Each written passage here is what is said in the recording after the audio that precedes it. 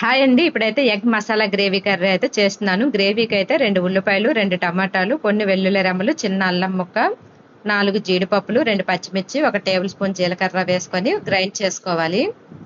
ముందుగా అయితే 3 కోడిగుడ్డుల్ని ఉడకబెట్టుకున్నాను. ఉడకబెట్టుకున్న కోడిగుడ్డుల్ని తొక్కు తీసేసి ఇలా సగానుగా అయితే ముక్కలుగా కట్ చేసుకోవాలి. 3 కోడిగుడ్డుల్ని ఇలా ముక్కలుగా కట్ చేసుకొని పక్కన పెట్టేసుకున్నాను. ఇంకా ముందుగా అయితే గ్రైండ్ చేసి పెట్టుకున్న పేస్ట్ కూడా రెడీగా ఉంది. ఇప్పుడు స్టవ్ ఆన్ చేసి కళాయి పెట్టి ఆయిల్ వేసాను. ఆయిల్ వేడెక్కిన తర్వాత 1 టేబుల్ స్పూన్ ఆవాలు, 1 టేబుల్ స్పూన్ జీలకర్ర, కొంచెం కరివేపాకు వేసుకొని ఫ్రై చేసుకోవాలి. ఇవన్నీ ఫ్రై అయిన తర్వాత ముందుగా గ్రైండ్ చేసి పెట్టుకున్న పేస్ట్ని అయితే ఇందులో వేసుకున్నాను. పేస్ట్ వేసేసాక మొత్తము కొంచెం సాల్ట్, కొంచెం పసుపు వేసుకొని మొత్తం ఒకసారి కలుపుకొని మూత పెట్టుకోవాలి.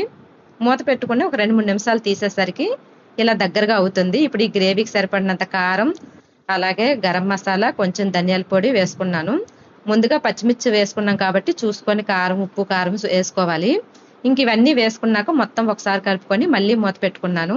మూత పెట్టుకొని మళ్ళీ ఒక 2-3 నిమిషాలు తీసిన తర్వాత ఆయిల్ అయితే ఇలా పైకి తేలుతుంది. ఇలా పైకి తేలిన తర్వాత ముందుగా కట్ చేసి పెట్టుకున్న కోడిగుడ్డు ముక్కలను అయితే ఇందులో వేసుకోవాలి. ఇప్పుడు మొత్తం కోడిగుడ్డు ముక్కలు ఇందులో వేసుకున్నాక దీనికి సరిపడా సాల్ట్ అయితే వేసుకుంటున్నాను. అలాగే గ్రేవీకి సరిపడినంత వాటర్ కూడా వేసుకొని మొత్తం ఒకసారి అయితే కలుపుకొని మూత పెట్టేసుకోవడమే. ఇంకా మొత్తం ఒకసారి ఇలా కలుపుకున్నాక మూత పెట్టేశాక 2-3 నిమిషాల తర్వాత అయితే దగ్గరగా ఇలా అయిపోతుంది. ఇంకంతే ఎగ్ మసాలా గ్రేవీ కర్రీ అయితే రెడీ అయిపోయింది.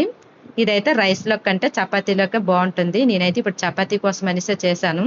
ఇంకా చపాతీలోకి అయితే చాలా అంటే చాలా బాగుంటుంది ఎగ్ మసాలా గ్రేవీ కర్రీ. చపాతీలోకి బంగాళదుంప, లేదంటే పన్నీర్ కూర, లేదంటే chicken curry, mutton curry, mushroom కంటే ఈ ఎగ్ మసాలా గ్రేవీ కర్రీ అంటే చాలా బాగుంటుంది. సూపర్గా ఉంటుంది.